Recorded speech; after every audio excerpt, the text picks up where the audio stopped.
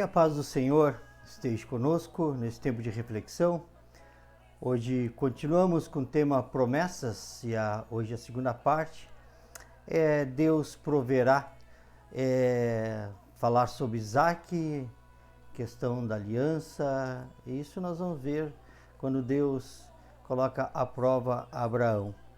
Mas o que a gente tem que compreender é que Deus foi e sempre será suficiente para nós. Isso é muito importante porque precisamos crer nisso.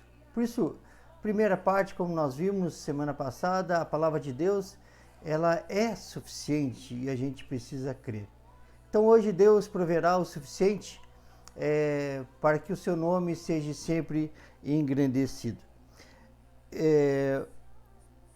Queria refletir sobre algumas coisas e perguntar para você, o que estamos fazendo aqui? Uma pergunta parece sem sentido, mas também é uma pergunta que tem que estar muito claro a resposta na nossa vida, que é nos preparando para estar prontos para servir.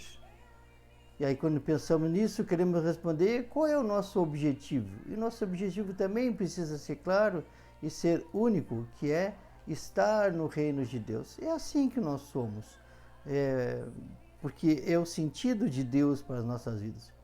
Por isso, eu queria compartilhar para nós entendermos todas essas coisas e queria que a gente fizesse uma reflexão sobre 3 perguntas que queremos responder nesse nosso encontro. Primeiro, e o que nós vamos aprender é que sobre esse Deus suficiente. Primeiro por que fazemos alguns questionamentos? Por que questionamos? Segundo, o que é normal? E terceiro, temos a certeza de em um mundo tão incerto? E para isso queremos que a palavra de Deus ela nos torne suficiente e ela nos ensine, e a partir de Gênesis, capítulo 22, do versículo 1 a 19, onde o título na palavra do Senhor é Deus prova a Abraão. Queremos acompanhar a leitura e entender um pouquinho dessa palavra para nossas vidas, que ela nos diz assim.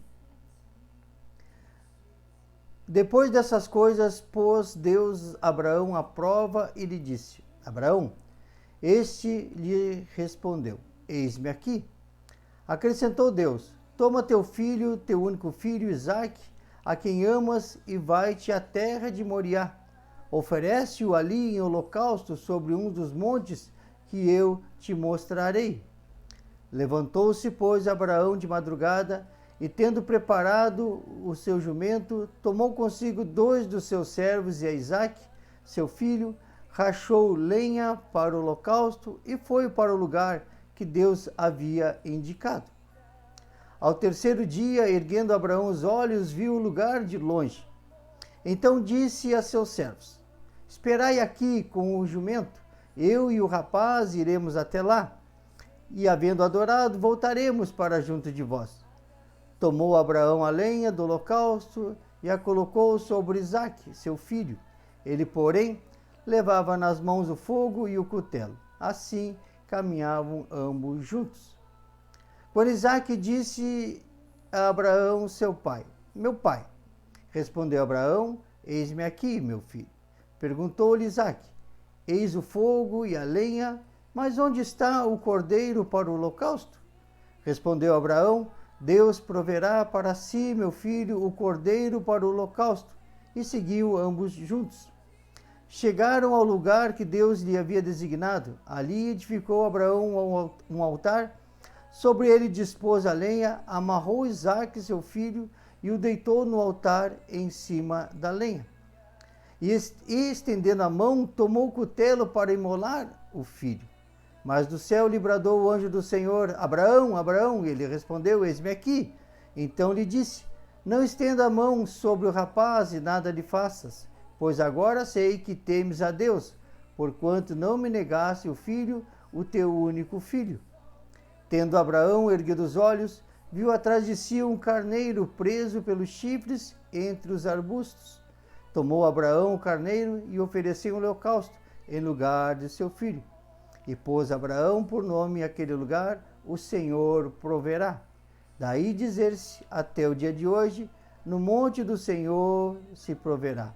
Então do céu bradou pela segunda vez o anjo do Senhor a Abraão e disse: Jurei por mim mesmo, diz o Senhor, porquanto fizeste isto e não me negaste o teu único filho, que deveras te abençoarei e certamente multiplicarei a tua descendência, como as estrelas do céu e como as areias na praia do mar. A tua descendência possuirá a cidade dos seus inimigos.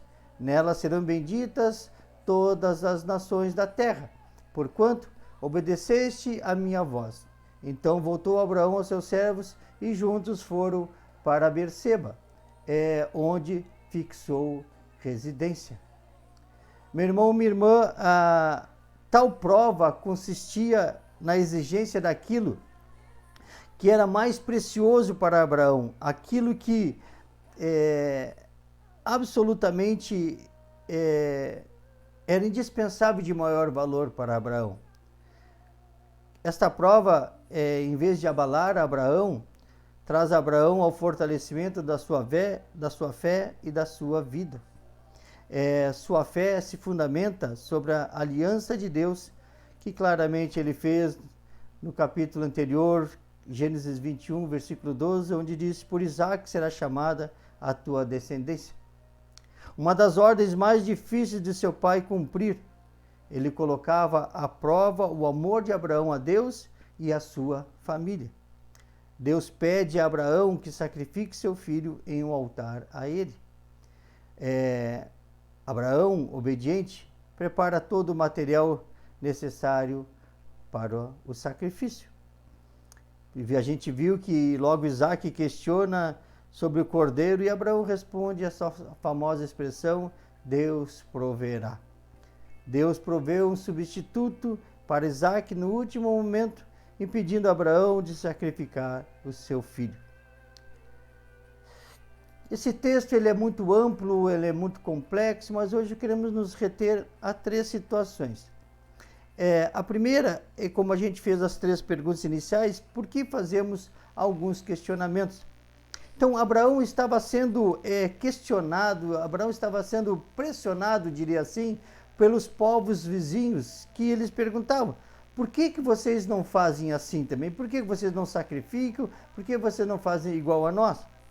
Por isso, meu irmão, diante de tantas coisas, podemos aprender que não precisamos olhar e fazer igual aos outros, ou nos preocupar com aqueles que não têm Deus no coração e só porque acreditam no que fazem, ou que estão certos, ou ainda porque para eles dá certo. Nós não precisamos questionar.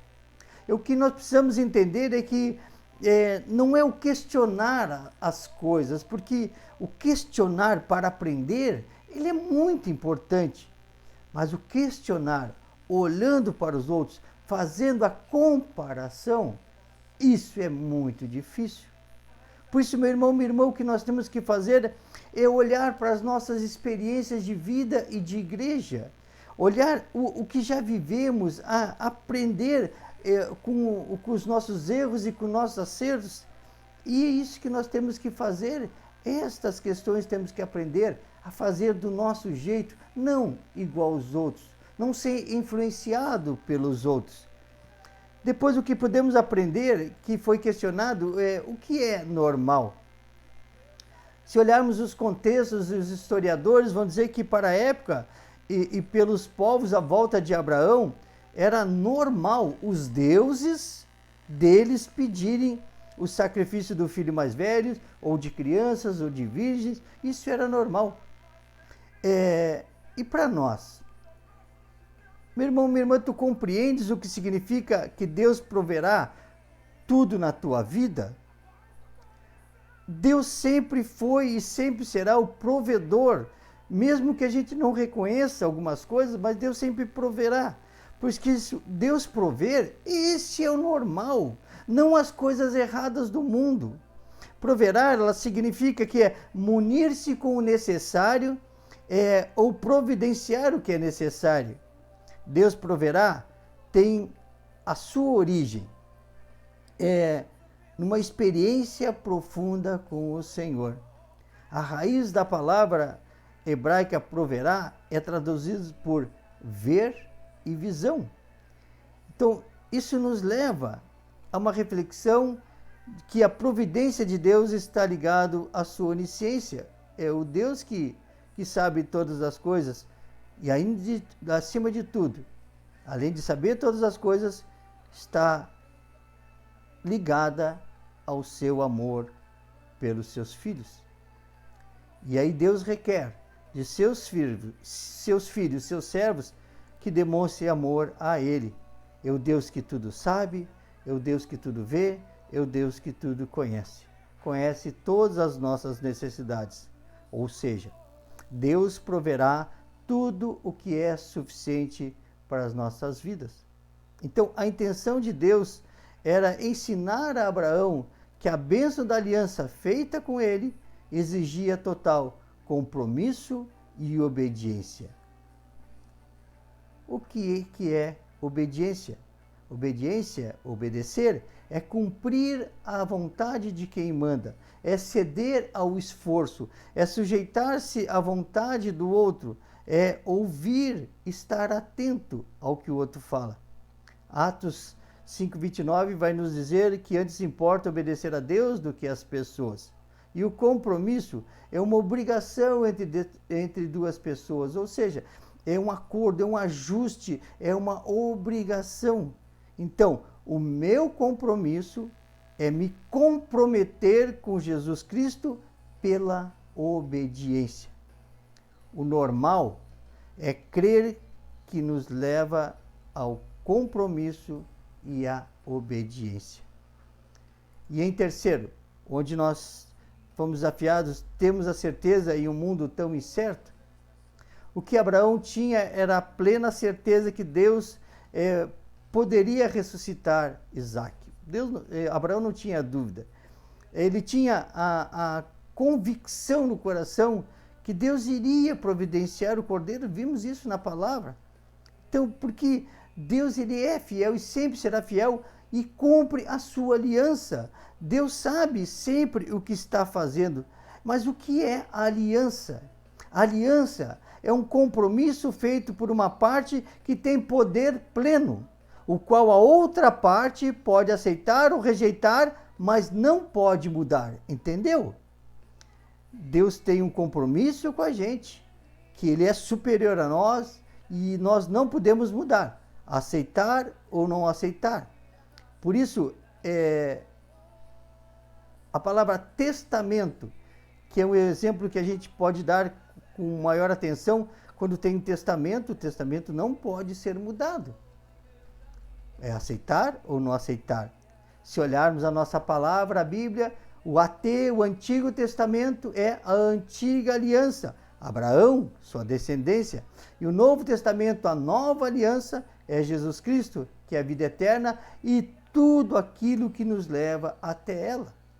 Então, meu irmão, minha irmã, quando entendo, compreendo e creio que essa aliança foi feita para mim e para ti, Deus vai dizer para nós: queres isso para a tua vida?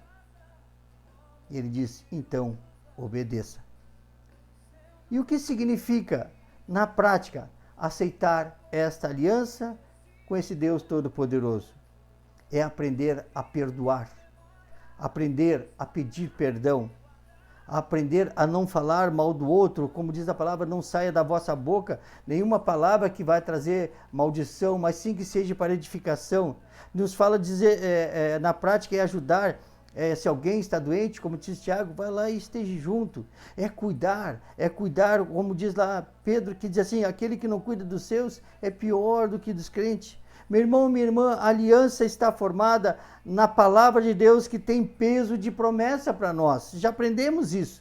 Então Deus cumprirá por nosso compromisso e obediência. O que podemos entender? Deus, Ele é suficiente para as nossas vidas. Por quê? Porque a sua palavra nos diz que é. Deus, Ele substitui. Isaque foi substituído pelo Cordeiro. Jesus Cristo foi substituído pelo preço do nosso pecado. Deus amado, Pai Celestial, ele lá em Jeremias, ele diz que assim diz o Senhor, que ele vai transformar a tristeza em alegria, vai substituir a tristeza em alegria, do pranto em júbilo.